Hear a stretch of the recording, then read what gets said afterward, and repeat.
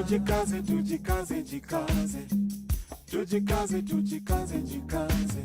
Africa, tujikaze, tujikaze, jikaze. America, tujikaze, tujikaze, jikaze. You are listening to African Father in America podcast by Simon Javanokelo, live from Seattle, Washington, USA.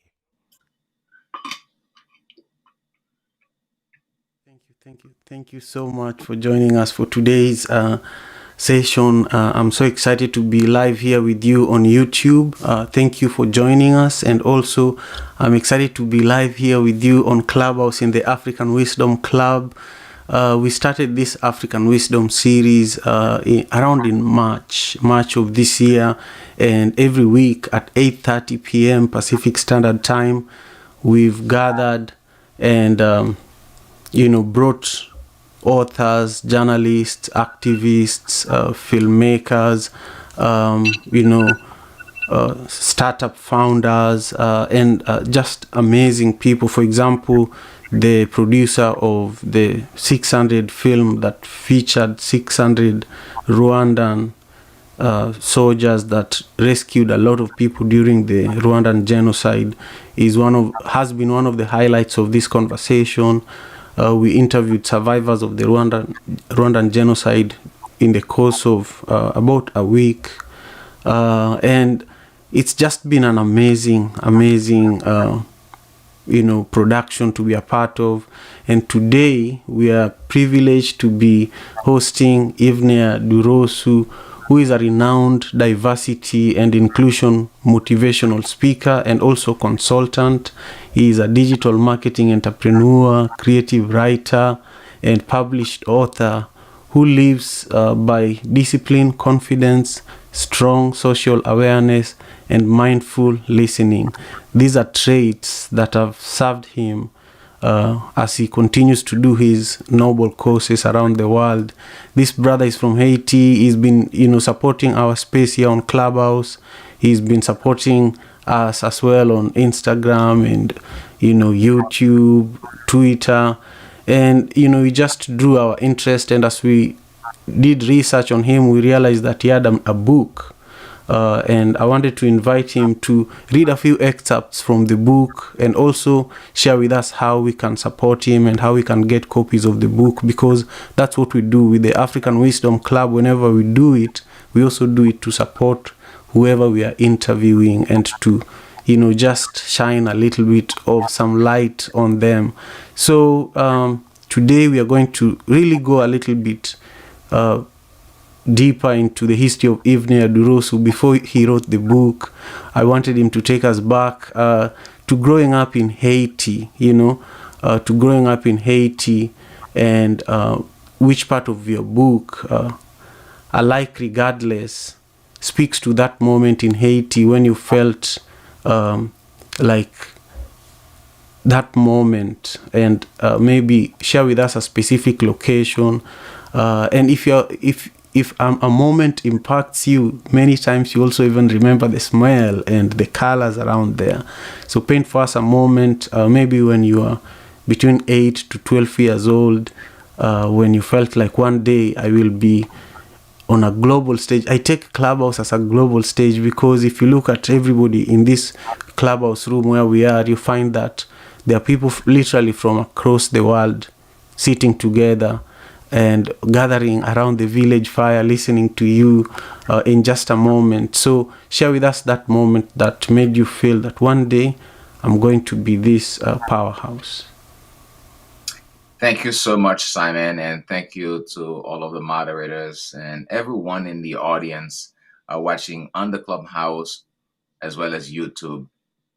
Simon, it's a true honor for me to be here with you on this global stage with the entire African village. And as you can see this morning, for those of you who are on YouTube, I got this from my ancestors. this what I'm wearing right now, I got it from the ancestors. Yes, my name is Yvener Duroseau. I am from Haiti. I grew up in Haiti. I would say half of my life in Haiti and half of my life here, a little more than half of my life here in the U.S.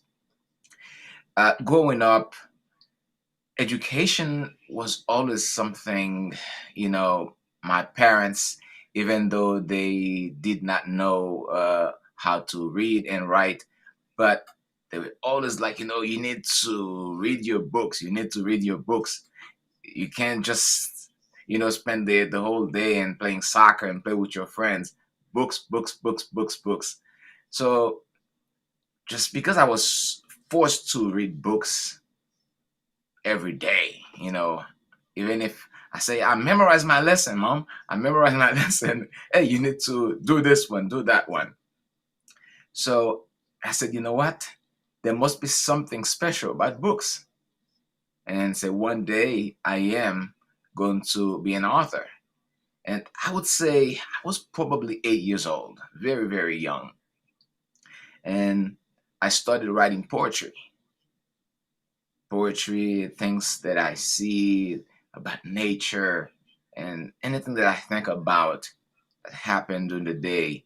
And I started writing poetry. And then when uh, in my adolescent years, and I started liking girls and saying, then I started writing about them, describing how I feel about them. And it became like a sort of a habit writing. But alike, regardless, this is the first publication. I said, you know what? I have to bring this to life. And if I have to bring my first book to life, it has to be a book that offer a solution, a book that can do something great for the world. And I think this book can and will heal the world if you really take the material in that book and understand it. It will surely help you understand who you are as a human and also understand your brothers and sisters. Thank you, Simon, and I yield the mic to you. Thank you very much, my brother Yvener. Yeah, so you're saying that if you if you read the book alike, regardless, it's a book that can heal you. It's a book that can also change the world. Yes. Yeah, that's powerful. Thank you. And I want you to you know share with everyone that is now listening to us, talk about you, talk about your book, how how you built the relationships that helped you write the book, because I'm just reading some of the praises that you have from various people for alike, regardless. And it's hard to build relationships. For me, it's not about the book, but about the relationships that helped you pull it off, because I know how much relationships I develop in order for me to even do the African Wisdom Club, in order for me to even do the daily African proverbs, and there are other many things that I'm involved with. So I feel that many a times we don't give relationships the value and the respect that it deserves. I'm not the best at actually. I won't say that I'm the worst, but I'm not the best. I think there's so many relationships that I could have done a better job with, and I think I would be. Well, I'm happy with where I am, but I think I would be in a much better place with those relationships, and I think that would make everything else better. But I'm still happy with the way things are. But I do want you to just educate me and also everyone who is listening and watching. How long did it take you to work on the book, and how did you build the relationships around that? Thank you, Simon, for the question. First of all, I want to say relationships, no one is great at relationships. Everyone is a work in progress when it comes to relationship.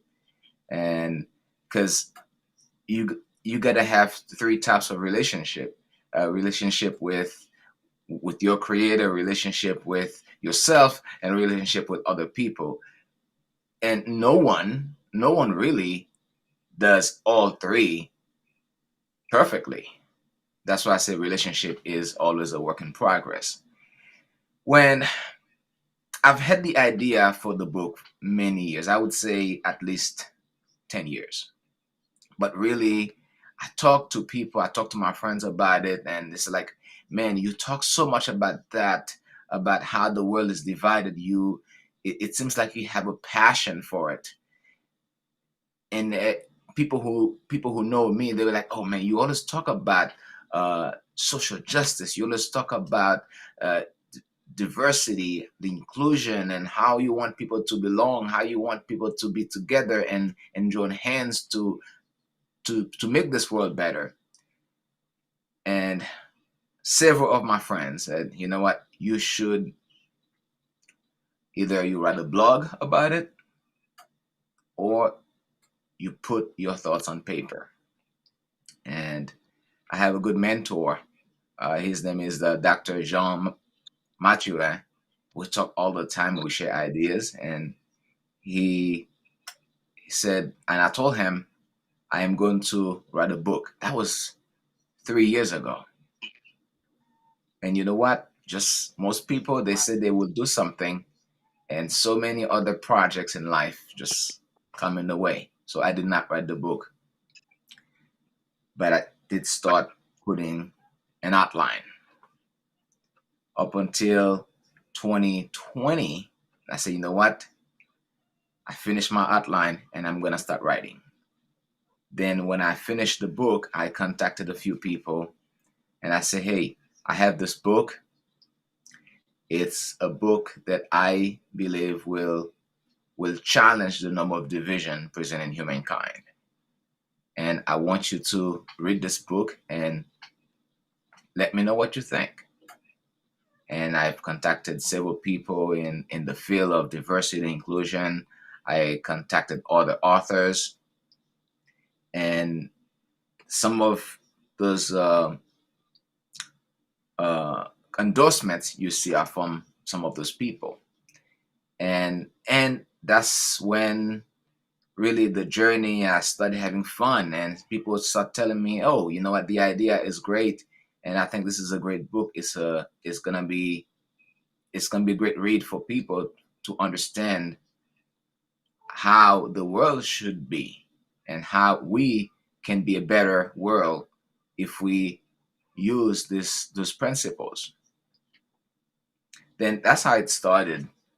Really, that's how it started, and I continue to network with authors and network with other people, and in the field of diversity and inclusion, in the field of speaking, people like yourself, and I continue to network because the more you network, the more you learn, and the more you learn, the more you can join hands with other people to provide solutions to certain problems.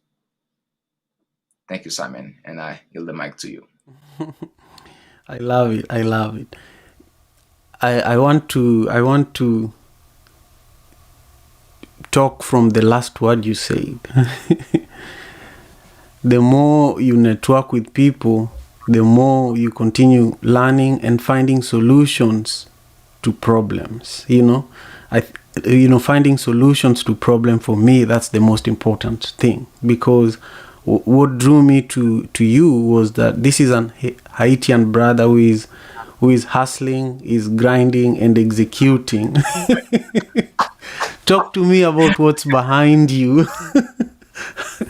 When I interview people, I love to look at what's behind them and what's around them, because I love to talk about what's behind me and what's around me.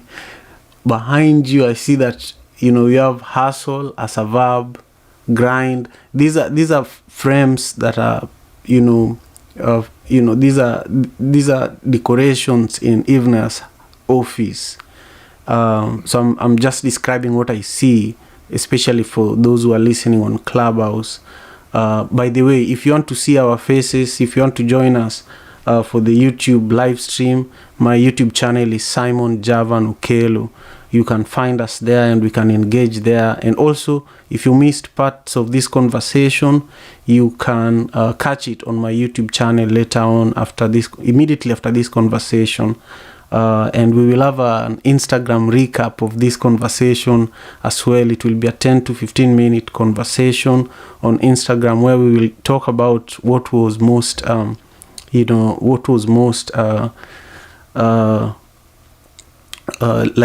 was the most surprising, what was the biggest lesson from today, and also what was the most outstanding. So, let's connect right after this conversation on Clubhouse as well as on this YouTube live stream. It's really a privilege to be here with my brother Yvener, and I want you to talk to us about those 3 words behind you and also how they relate to this process we were just talking about. And I totally agree, and I feel better now. I don't have to worry too much about where I am with all these relationships. So carry on, please. Yes, these posters you see behind me, hustling, grinding, and execution, I live by those every day. And I grew up in a household, my mother, and one day, short story, my mother is 77 years old now, and she was about, I would say, 75 or so. And she still wanted to do business, to buy and sell, to buy stuff here in the US, go sell in Haiti. And I had a fight with my mom, and I said, Mom, you keep buying stuff. You don't have any little children. Why do you need the money for? And she got upset. She said, "Oh, I can not stay without doing anything." And after me and my mom finished speaking, I realized I was just like her. That I am every single day hustling, every single day grinding. I'm like, wow, I got it directly from you, Mom, and I felt so bad. So hustling as an entrepreneur, and this is what we do every day. And you gotta find your clients. You gotta find the people who want your business. So we hustle every single day and we grind, and after we do these things, we have to execute the ideas. As entrepreneurs, we are digesting ideas every single day, every single minute in our heads. And that's a lifestyle. And I say my lifestyle is hustling and grinding every single day.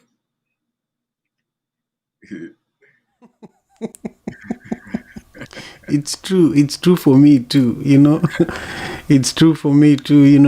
If we go by the flyer for this event that we're having right now, the person who was supposed to work on it had a personal problem going on, so we could not let the show had to go on, so we had to hustle and grind and execute and make this happen. So You have to make it happen. I live by that spirit as well.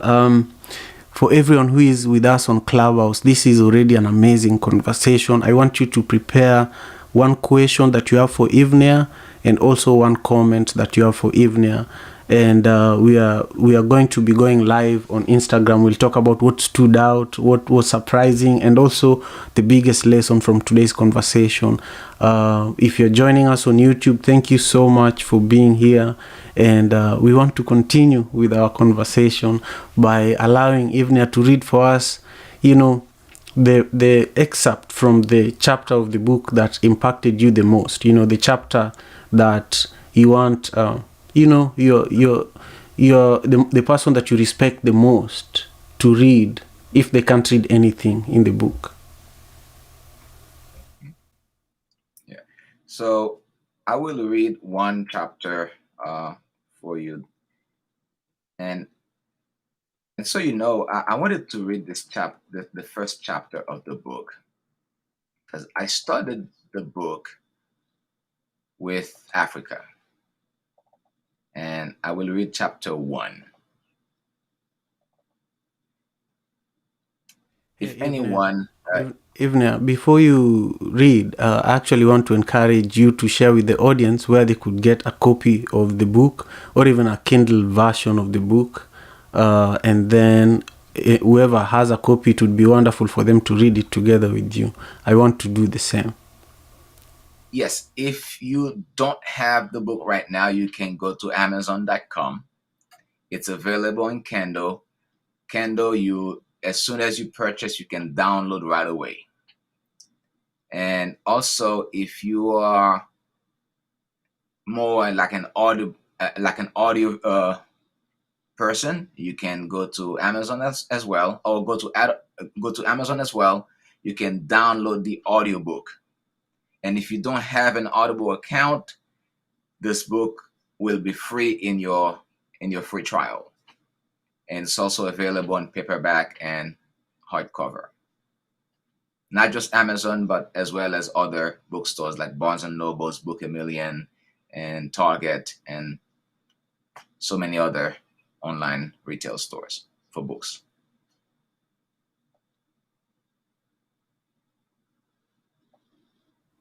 Now the floor is yours. You can guide us through the reading of the first chapter.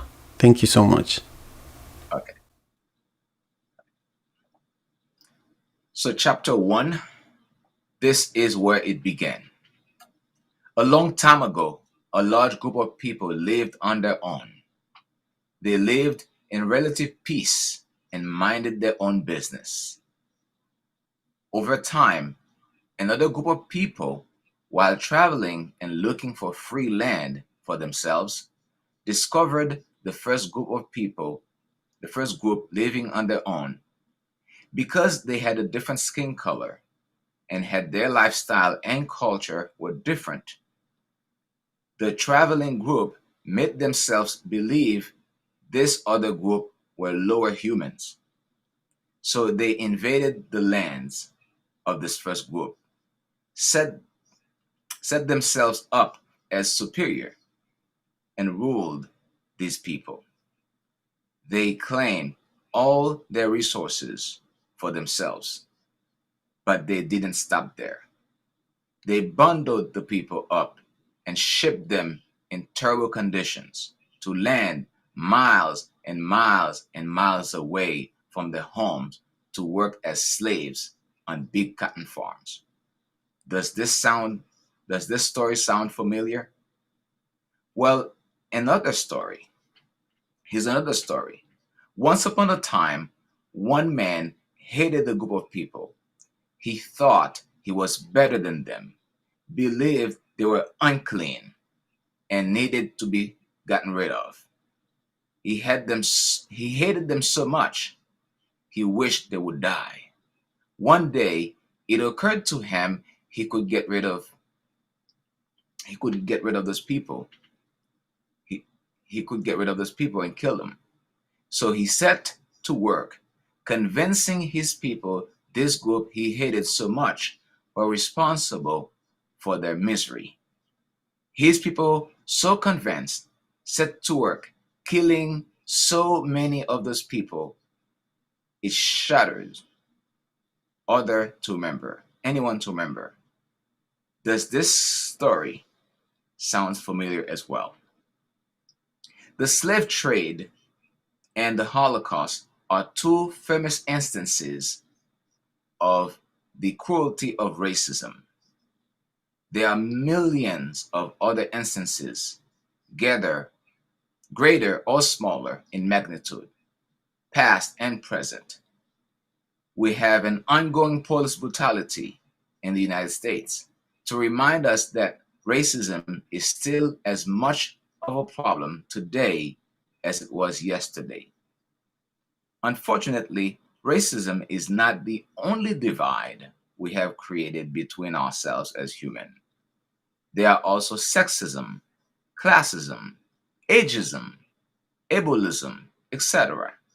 We seem to have managed to build a chasm between ourselves for every facet of human life: religion, race, politics, and wealth are just a few tools we use to divide ourselves. And I will stop there. So I started this chapter with the story of the slave trade and the Holocaust, because these are the two major instances in human history where Africans, they were living on their land peacefully. They had a culture, they had a civilization, but because one group of people realized that, you know what, because they look different and they do things differently, say, you know what, they don't deserve to stay human. So they put them on ships and moved them somewhere else to work as slaves. And it is the same thing that happened in my homeland, Haiti, where I live, where I was born. In the 1400s, Columbus, he, as we read history, so-called discovered America, but I don't say discovered America because he did not discover it, because the natives, the Tainos, they had a culture, a way of living, a way of doing things. It's just they did things differently. So when Columbus, he destroyed the entire population of natives, the Tainos, it's the same thing that happened. And all of this because they were different. So I started the book to show how when the divide, when one group believes that you're different, and because you're different, this is how they say, you know what, we're gonna treat you differently and we're gonna destroy and kill you. And this is how it all started, whether with the Jews or the blacks. Started with this type of divide, Holocaust and the slave trade.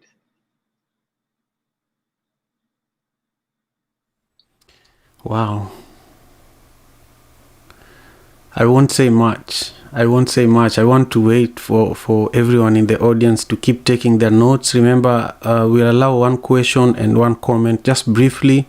In 2 minutes, we will be closing hand raising here on Clubhouse. And then we will go into the questions and comments. And normally on Saturdays like today, in the Daily African Proverbs, we normally have little kids joining us for the Daily African Proverbs, where they also share their interpretation of the proverb. But today we don't have the proverb. This is our moment of the Daily African Proverbs. And so if the kids were here, I would allow them to engage with Yvener directly. But That'd be nice. yeah, but who knows? They might be here later on, because most likely they're still sleeping. But for everyone in the audience, thank you so much for joining us. It means a lot. We can't do this on our own. It's really important that we create this type of platforms where we have this type of important conversations. We listen to excerpts from this, the works of people like Yvener, because a lot of the time you hear that someone has written an important book, but you really don't have time. Many of us have YouTube, we just watch it. It's easier for us to get information that way. But this is really, really powerful work that we need to pay attention to. So I hope you've tapped in with Yvener and you've grabbed your copy of Yvener's amazing book.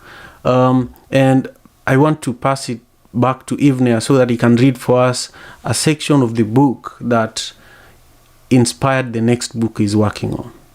A section of the book that inspired you to feel like I could not put everything in this book. So read for us that section, and then we want to come and engage with everyone in the room. We want to hear questions and comments so that we can wrap up our room at 7 a.m. Pacific Standard Time, in good time for us to do the Instagram recap as well. So my brother Yvener Duroseau, for those who just joined us, is our guest. Is the author of Alike Regardless, and he's been an amazing supporter of the work we've done here on Clubhouse, on YouTube, on Instagram. And for me, what's most valuable in the relationship with Yvener is that I always wanted to have a collaboration with someone in Haiti. I always have a desire to connect with people of African descent across the world. So, sometime when I post on Instagram, like yesterday, there's an amazing artist. Her name is Marga Mbade. She's in Barcelona, Spain. She performed at Madaraka Festival virtually in 2020, and I produced Madaraka Festival. So we became friends. She engages with me online, and we are figuring out how to do more together. And I feel like that type of dialogue with people of African descent globally is one of the values of platforms like Clubhouse and Instagram and the internet, because then once we build these relationships, we can create an ecosystem where we build an economy together. We start engaging and even vacationing together, even collaborating on shows like this together, because that's how we can change the narrative about Africa, one show at a time, one book at a time. So Yvener, take us there. Yes, Brother Simon, you talk about the chapter in the book that the next book will focus on. Yes, it's like you were in that dream that I had this morning, and this is the chapter. That's chapter 3.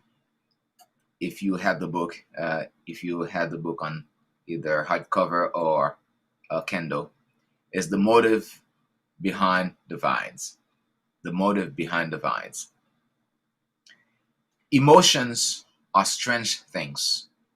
They wield uncanny power that we never attribute to them. We are all emotional beings. Despite all our logic, our actions are still dictated by the emotions we feel. When we're sad, we make use of the coping mechanism and we are already used to, even though we might have already thought about it before and decided against it. That's why we go online and shop, even though we've decided to save more and shop less. Or we eat to bursting even though we are on a diet. The divides we have created are no different. We treat each other differently based on the emotions we are feeling. Let's consider some of those emotions and how they affect our relationship with other people. Pride. Pride is a tricky emotion. In Merriam-Webster dictionary, there are several definitions, but 2 stand out. 1, reasonable or justifiable self-respect. The other is ordinate self-esteem. Inordinate self-esteem. Pride on its own is a positive emotion.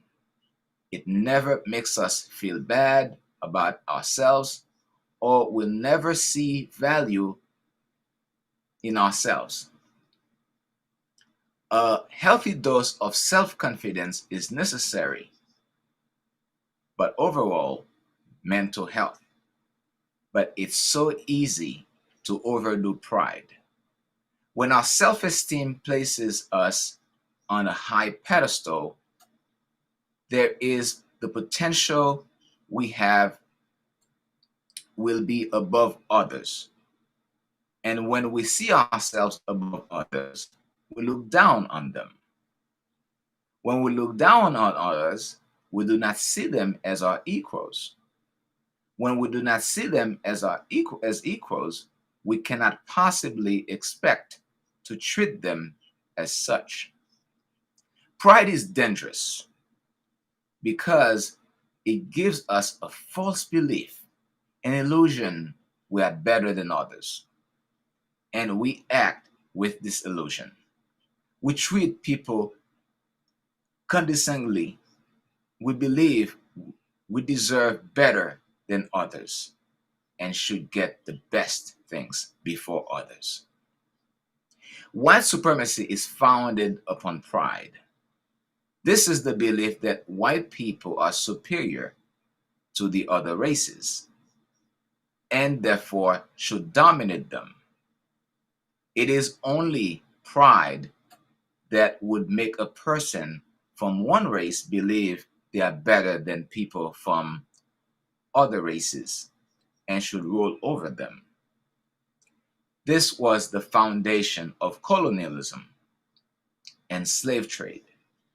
The European of the age sought no climes to conquer and to dominate because they believed it was their right. They believed they were heads and shoulders above those they conquered. The entire people of Africa were fractured on so many levels because of this. Lives were lost. Identities were wiped away. The pride of the people was lost.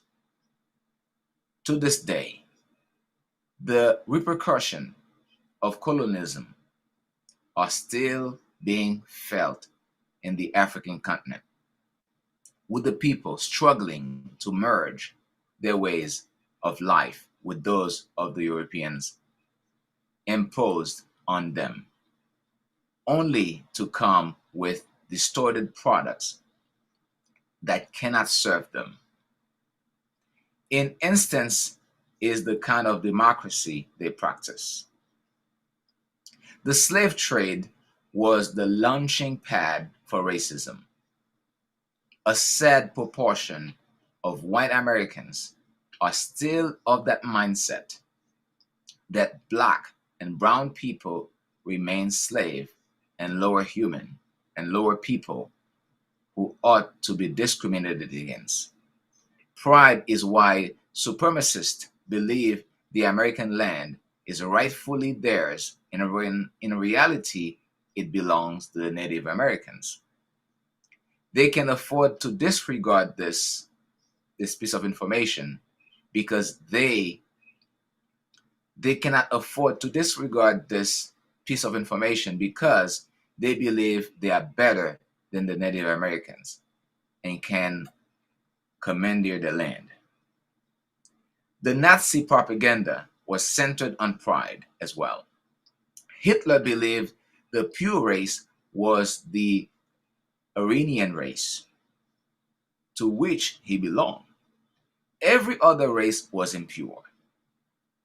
He placed himself on such pedestal he believed he could cleanse the entire world to achieve domination by his perfect race.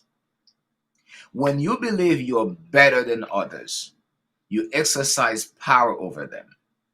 And if there is anything history taught us, it is that unqualified power is dangerous. And it goes on, and I talk about fear, and I also talk about envy. I talk about selfishness, intolerance, and again, you can get the book, and I'm not gonna read the entire chapter, but this is that chapter that I will base my second book. It's more gonna be on those motives: pride, fear, envy, selfishness, jealousy. I will focus on these things and offer a solution.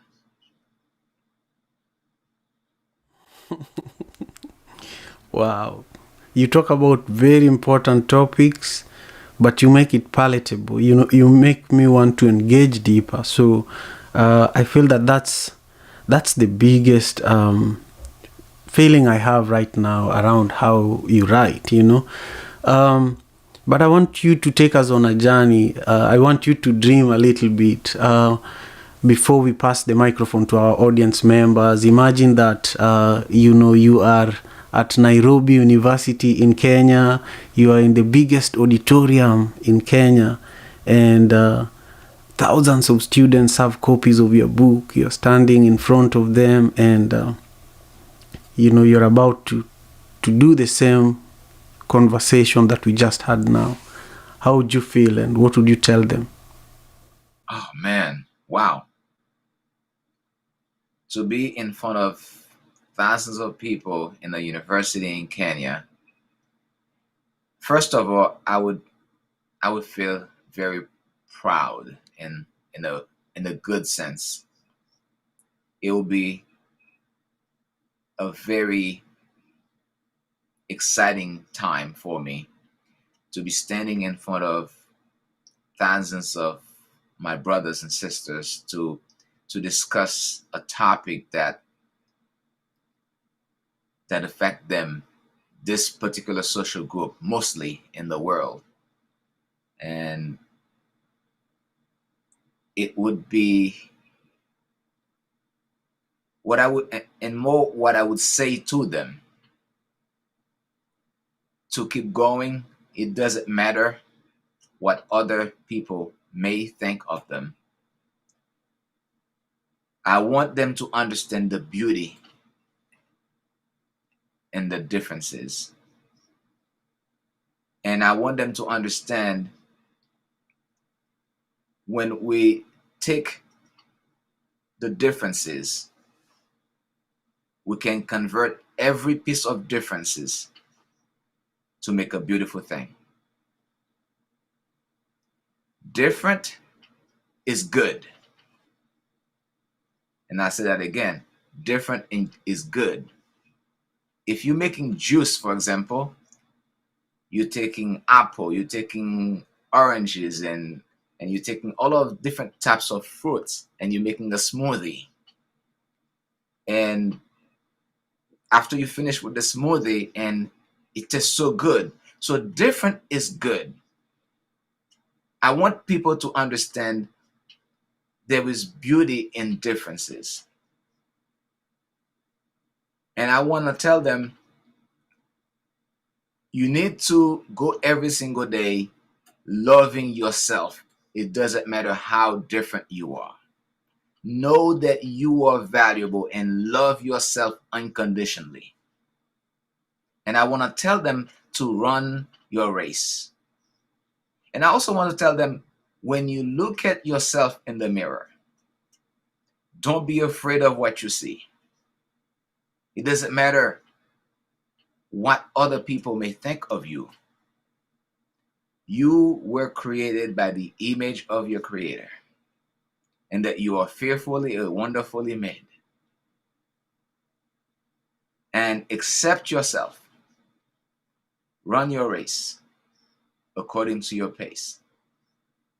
And continue to teach each other to believe that life makes more sense when we are united. Life makes more sense when we understand that love is what we need in order for us to make this world a better place. This is what I would say to them. And I yield the mic to you, Brother Simon. Wow, thank you. Thank you so much. Wow, I'm so grateful. It's just been amazing listening to you, Yvener. And I want to invite our amazing speakers on stage here on Clubhouse to just engage for a moment with us. Please just ask one brief question or give one comment. We just want you all to be mindful of time and also creating space for others. We are sitting around, the village fire with author Yvener Duroseau from Haiti, who is the author of Alike Regardless, and he's read for us excerpts from the first and third chapters. And right after this conversation here on Clubhouse, we are going to do a recap with him again on Instagram, where we will talk about what stood out during today's conversation. We will talk about what was surprising, and also we will talk about what was the biggest lesson since we started gathering around this virtual village fire. Now I want to I'm hoping Nkem can actually close with a little music towards the end, but I want to quickly pass it to Paula. Paula, just briefly introduce yourself, ask a question, or leave Yvener with a comment. Thank you very much.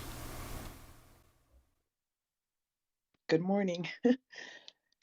Yvener, the book, it's amazing. I am so looking forward to reading it. I woke up feeling kind of empty, and so glad I, tuned into this room, feeling tearful now. So excuse me. That's all I have to say. Thank you so much, Paula. Let's pass it to Yuftahi. Greetings. Good morning, everyone. Thank you, Simon, brother, again for holding this room. Hello, brother Yvener. So thank you very much for writing this book, especially when we talk about unity. So we cannot talk enough, especially the way we are in Africa. A lot of division because of tribe and other things that we are not supposed to be doing. So my question briefly for your book, how did you come up with the title? Mike, thank you. Very good question, Mike. I had several titles for this book, and the focus of the book, I wanted to talk about the human disconnect and how we are disconnected as human beings. And I want to challenge the norm of division present in humankind. And after looking at all the different titles, alike regardless, this is where it began, the motive behind divines. And I said, you know what? Alike regardless is going to be the title because it summarizes everything that I talk about in the book. Because what I say in the book, no matter your religion, your race, your gender, your sexual orientation, we are human before everything else. So alike regardless made more sense and easier for people to understand, and it sounds better in people's ear, that we are alike regardless of our race, gender. We are alike regardless of any social class, any attributes that we give ourselves. And this is how I came with that title. But I had to get some votes for the title that fits best. So alike regardless, this is where it began, is the one that was more like direct to me. I hope that answered your question, Mike. Yes, you have. So that's why, because the title by itself hits me hard. Like you said, it does summarize it. And we focus most of the time on our differences, and then that's where the division is. So I like the way you put it. And it's a perfect title. And I would love to connect with you, and I cannot wait to read your book and then divulge more. So thank you again, brother. Thank you so Thank you much for so the much, question. Yuftahi. Yes, I think Yuftahi is a good connection as well. He's a podcaster, live streamer from Ethiopia that lives here in the diaspora. So we both need to connect and do something similar. Now I want to pass it to Zizi. Zizi, just briefly ask a question or a comment. Thank you so much. My comment is I'm so loving and overwhelmed by the honesty and authenticity of this book, Yvener, and I'm looking forward to your second book. Wonderful. Thank you for doing that. Thank you very much, Ms. And I'm Zizi. sorry I have to leave now. Thank you so much, Ms. Zizi. I appreciate you. Yeah, thank you so much, Zizi. I am grateful as well. And now we are going to hear briefly from Bibi. Bibi, thank you for being here. Thank you, Simon, and thank you, Yevna. Wow. Um, I'm really taken back by your reading of the book, and now I just can't wait to get my own copy so I can fully indulge in it. And I just want to say that I'm very proud of you, and I love how you wrote about human engagements and how we really need to come together in ways that you just don't hear on a regular basis, and on relationship as well. So that was really powerful. Thank you so much for sharing. Guys, I still have allergies, so that's why I'm completely sounding off, but I'm It's okay. okay. You sounds good. Thank you. Thank you so much for the thank you so much, Bibi. All right, you're welcome. Thank you. Thank you very much, Bibi. Let's hear from Joan now. Thanks a lot.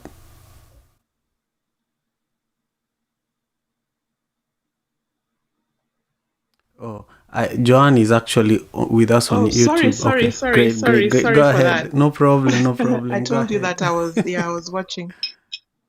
was watching you on YouTube, and yeah, this is amazing.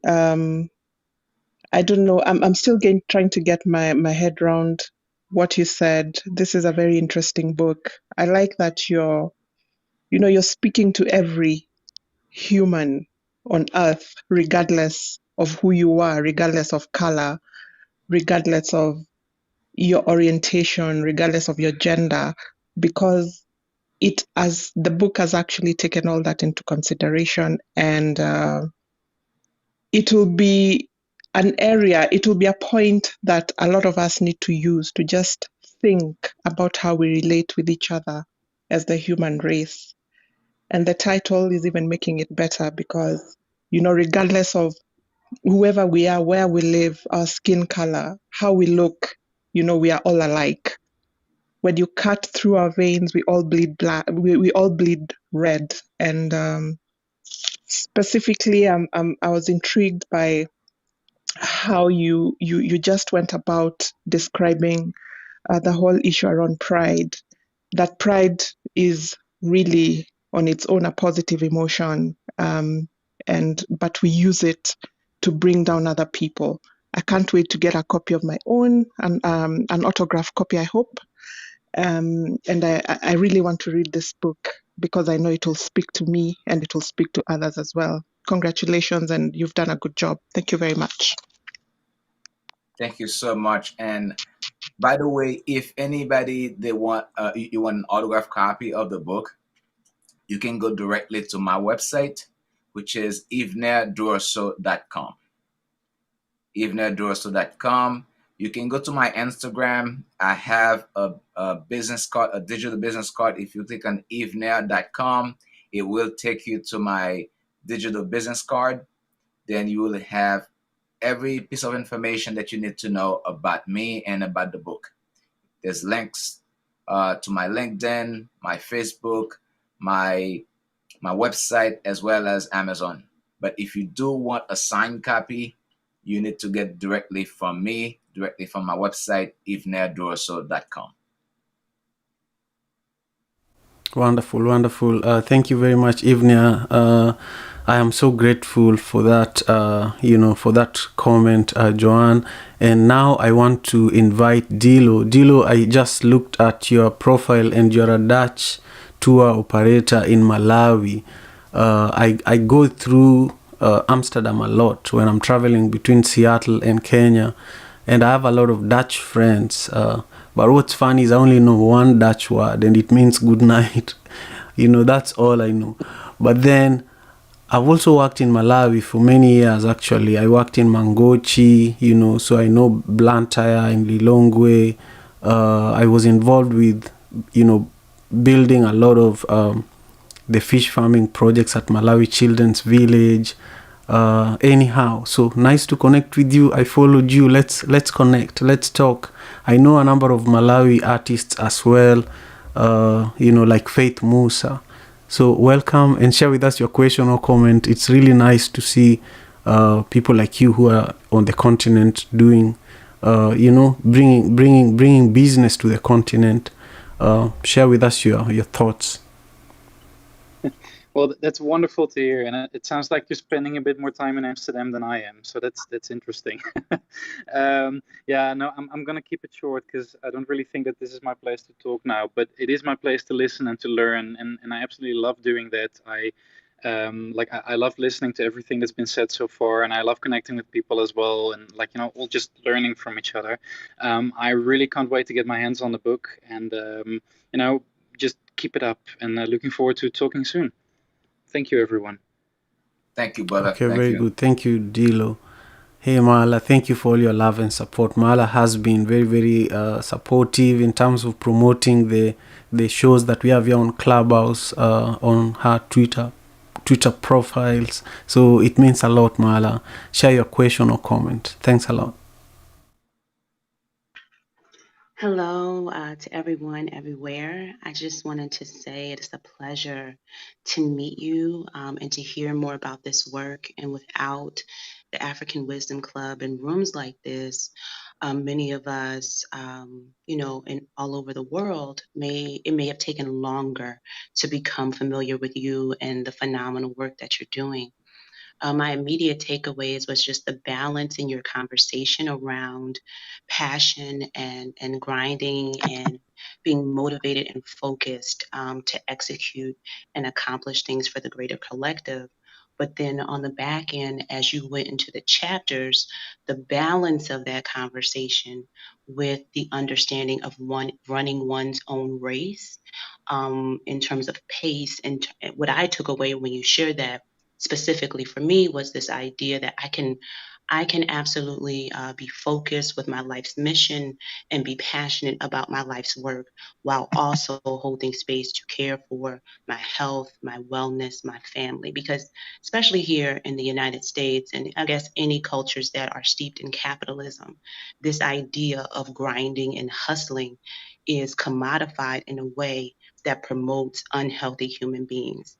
And so that there is value in what you produce, but there is immense value in that you are. So this idea that I can be a human being that does amazing things with a level of balance and care, which will also promote me to be able to do that for a longer span of time because I'm not grinding myself down, if that makes sense. So those were just my takeaways. I am so excited to learn more and to read and really digest and sit with your work. And good day to everyone. Thank you. This is Marla, and I'm complete. Thank you so much, Marla. I appreciate you. Thank you for the comment. Thank you so much, Yvener, and thank you, Mala. I'm grateful. And now I want to introduce my wonderful, family and sister and friend and, favorite poet, Jay, share with us your comment or question. Thank you for waking up so early, right now to be with us. It means a lot. You're always one of those people that whenever I see you in a room, I just feel like I'm successful. The mic is yours. My dear brother, I feel honored to be able to support. And alike, regardless, I've always thought if people could just see how alike we are, how much better this world would be. I love that title. This is my question for you. And if it can be answered in the book already, then I'll just wait to read the book. This has been my mindset for the longest, that if people just realize that, we could cut back on some of the animosity and hatred and fighting. How is it, brother, that those that are in positions where they have been, quote unquote, psychologically or emotionally or physically conquered, how is it, dear brother, that mindset occurs and that we're, and those that are, including myself, dear brother, end up in that position? How does that occur? that conquering happens so Thank you, conquering Lord. occurs to such a depth that it does. Thank you, dear brother. Thank you so much for your question, my sister. And it's really hard to understand the mindset of another human being. Looking at another human being to realize this other human being is inferior and that you you should not be a human. You don't deserve to be a human. It's something that I have been trying to understand for myself because we are all born equal, created equal, with two hands and two arms and two legs and one ear, two ears and one nose. If we look at every single human being, we all have the same attributes.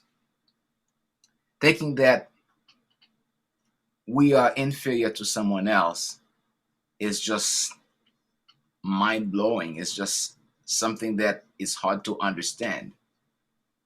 But when you go to the motives of the divide, we talk about those things is just pride, which is one of the things that make people feel that they are better than another human being. And it takes us human to change our worldview. And it takes each and every one of us to check ourselves. We need to look at it this way. I need to change my view of myself. I need to see myself differently. That's the first. Everyone should do that.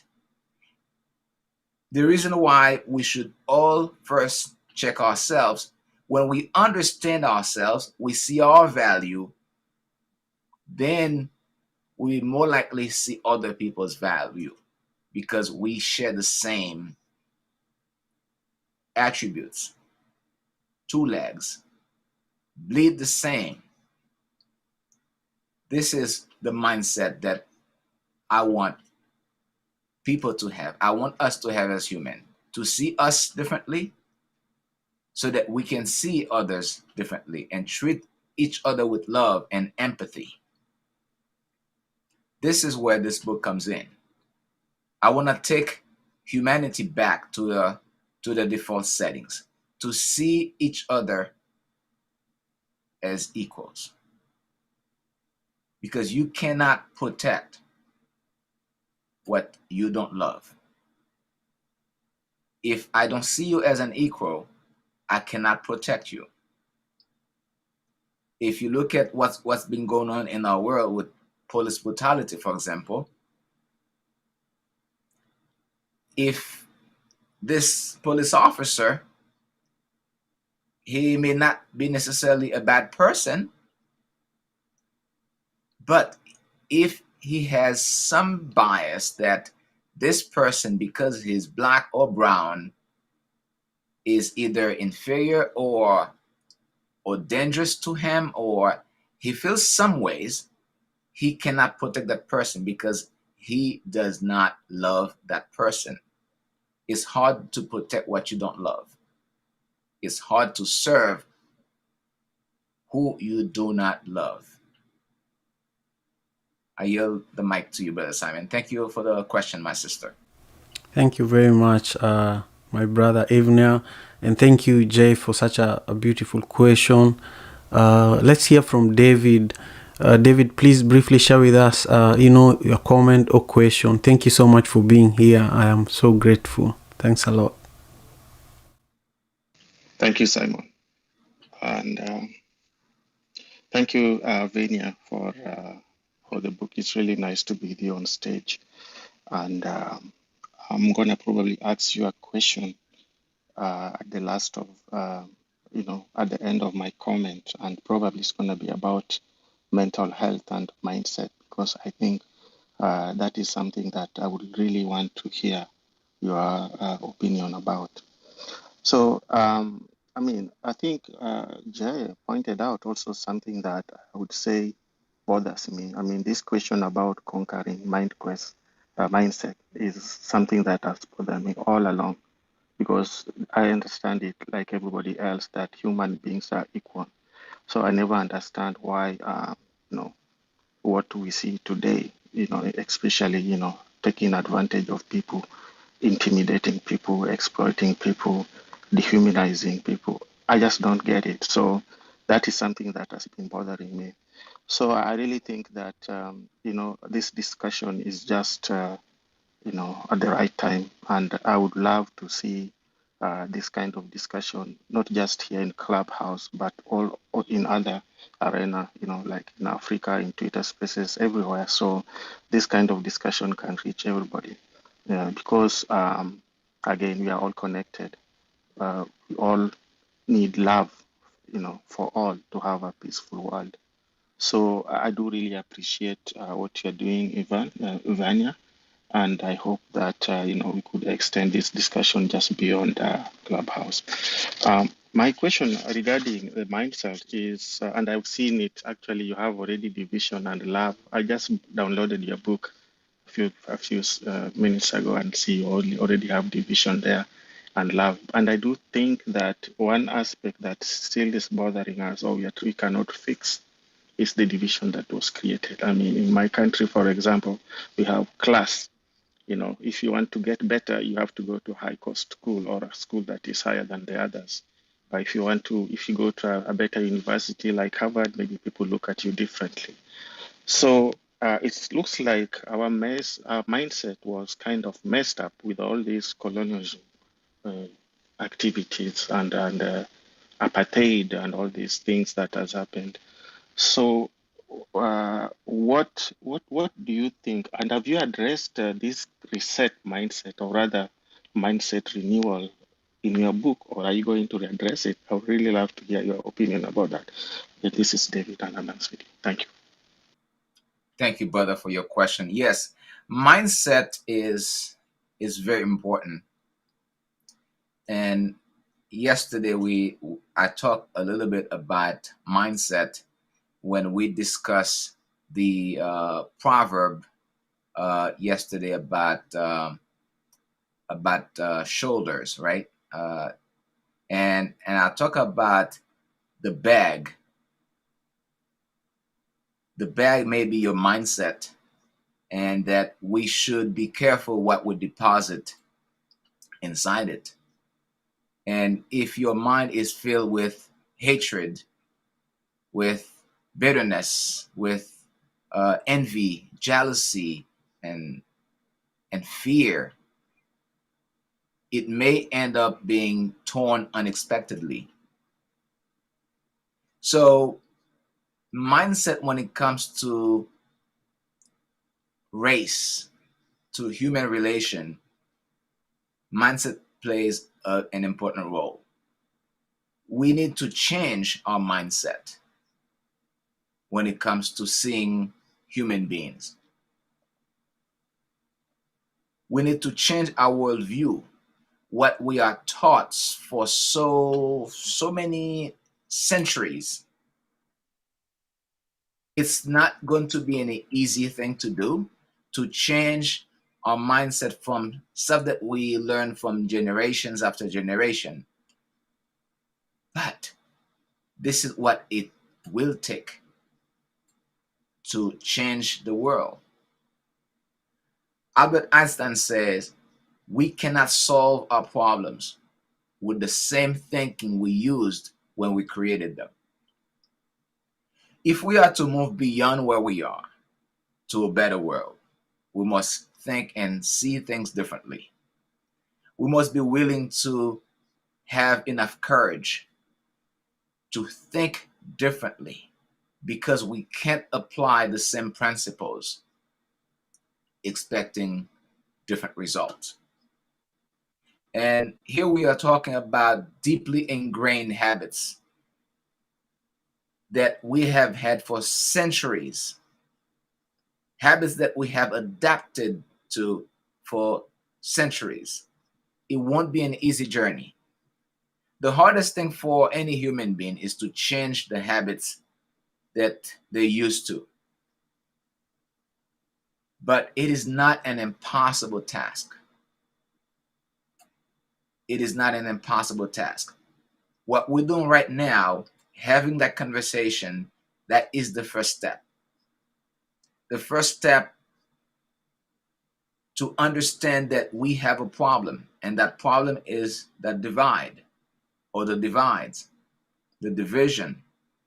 Acknowledge that we have that problem and have that conversation and understand us as human. We are extension of each other.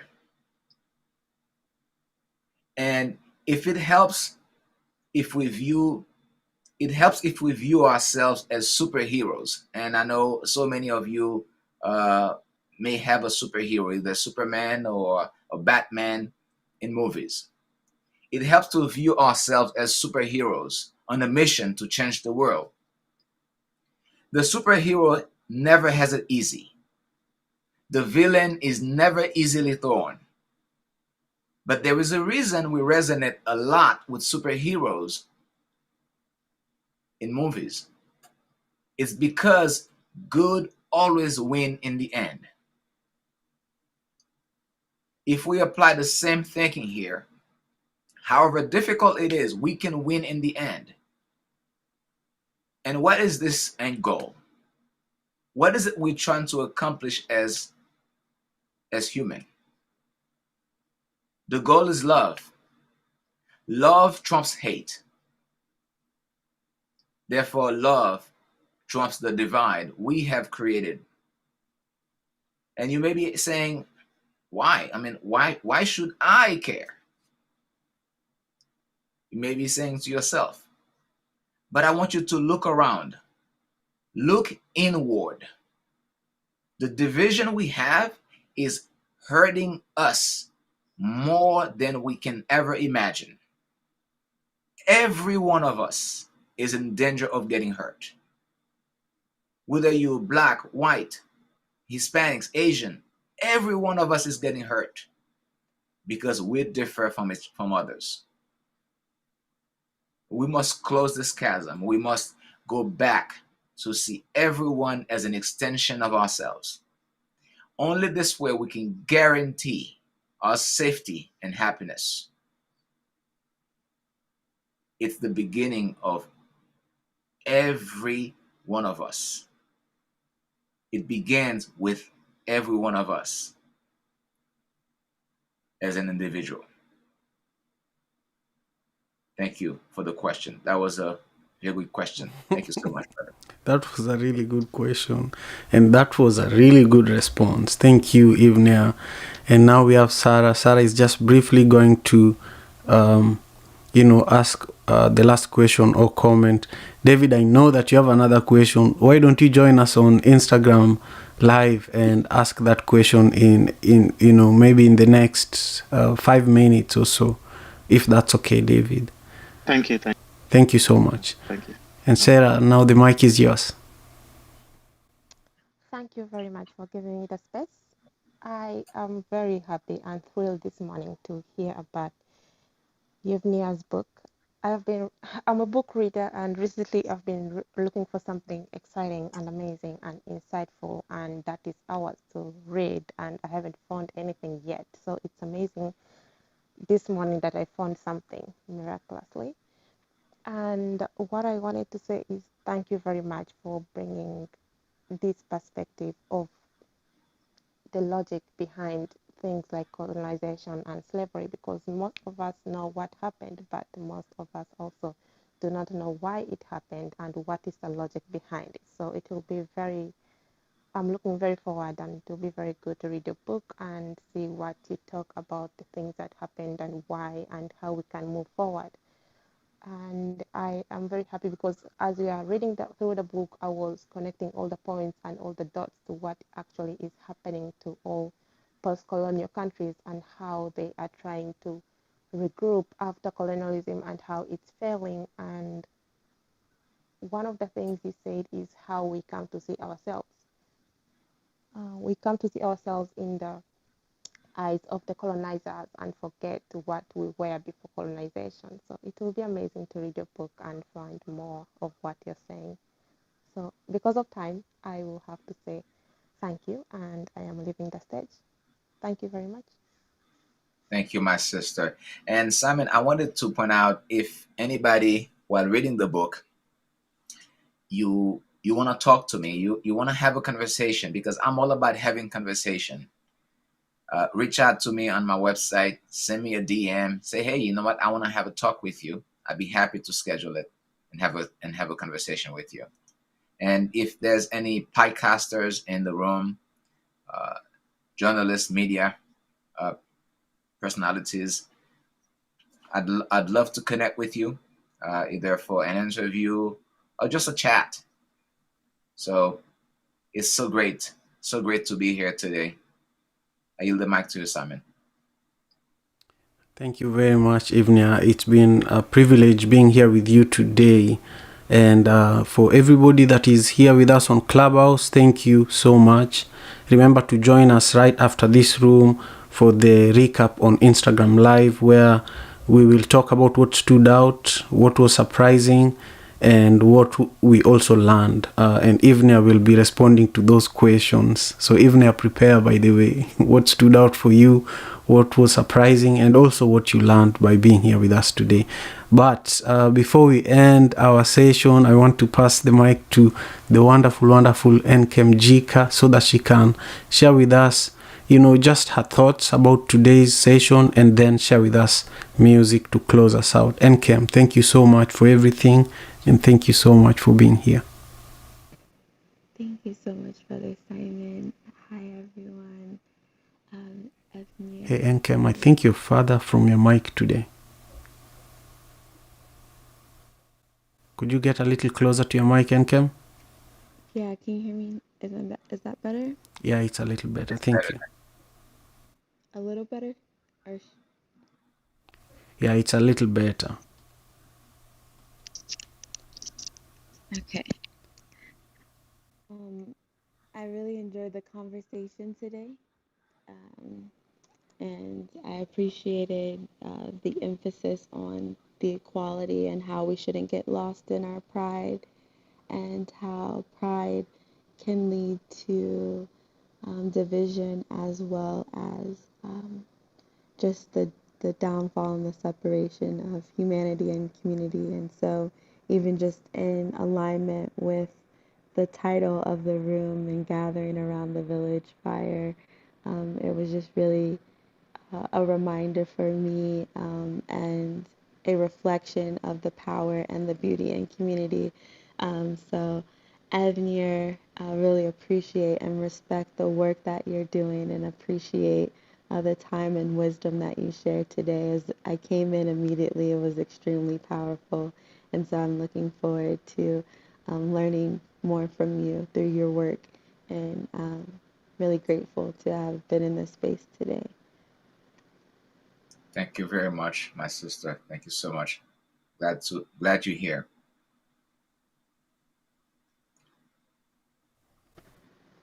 And then Simon, can everyone still hear? Oh, yes, we hear you very well, Nkem. Thank you. Okay, perfect. And to Brother Simon, I wanted to.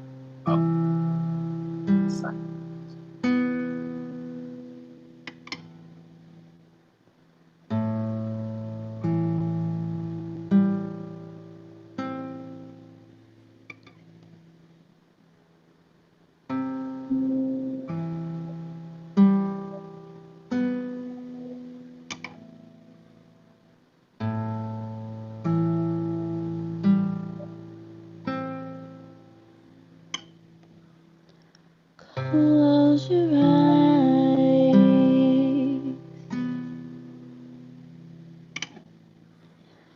Take a deep breath.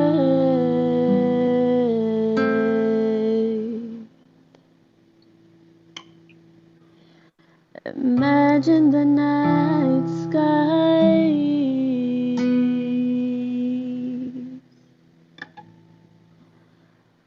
see the stars up high. We're together.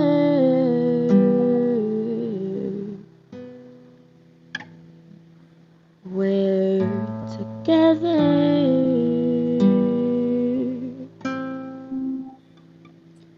We're together.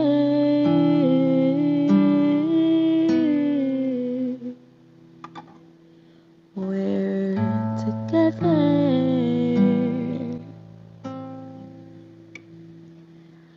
Gather round the village fire. Gather round the village fire. Gather round the village fire. Gather round the village fire. In the African wisdom club. In the African wisdom club. In the African wisdom club. In the African wisdom club. With Xavier and Simon, we thank you for the wisdom that was shared today. That was shared today. That was shared today. That was shared today. Gather round the village fire.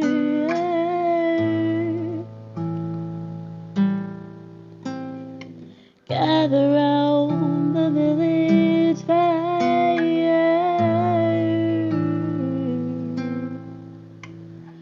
Gather round the village fire.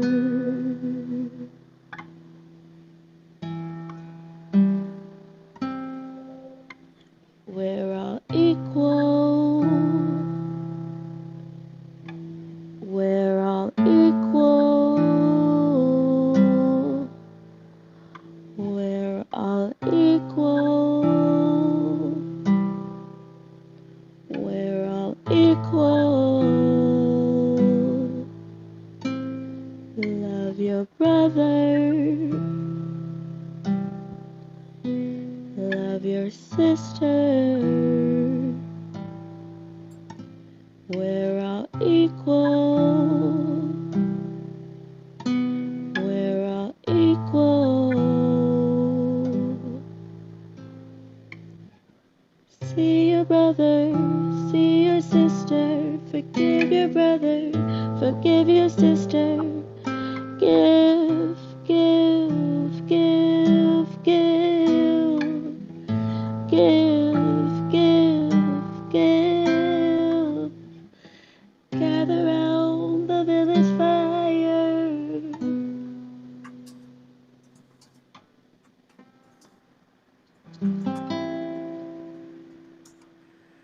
Wow, wow, wow, wow, wow, wow.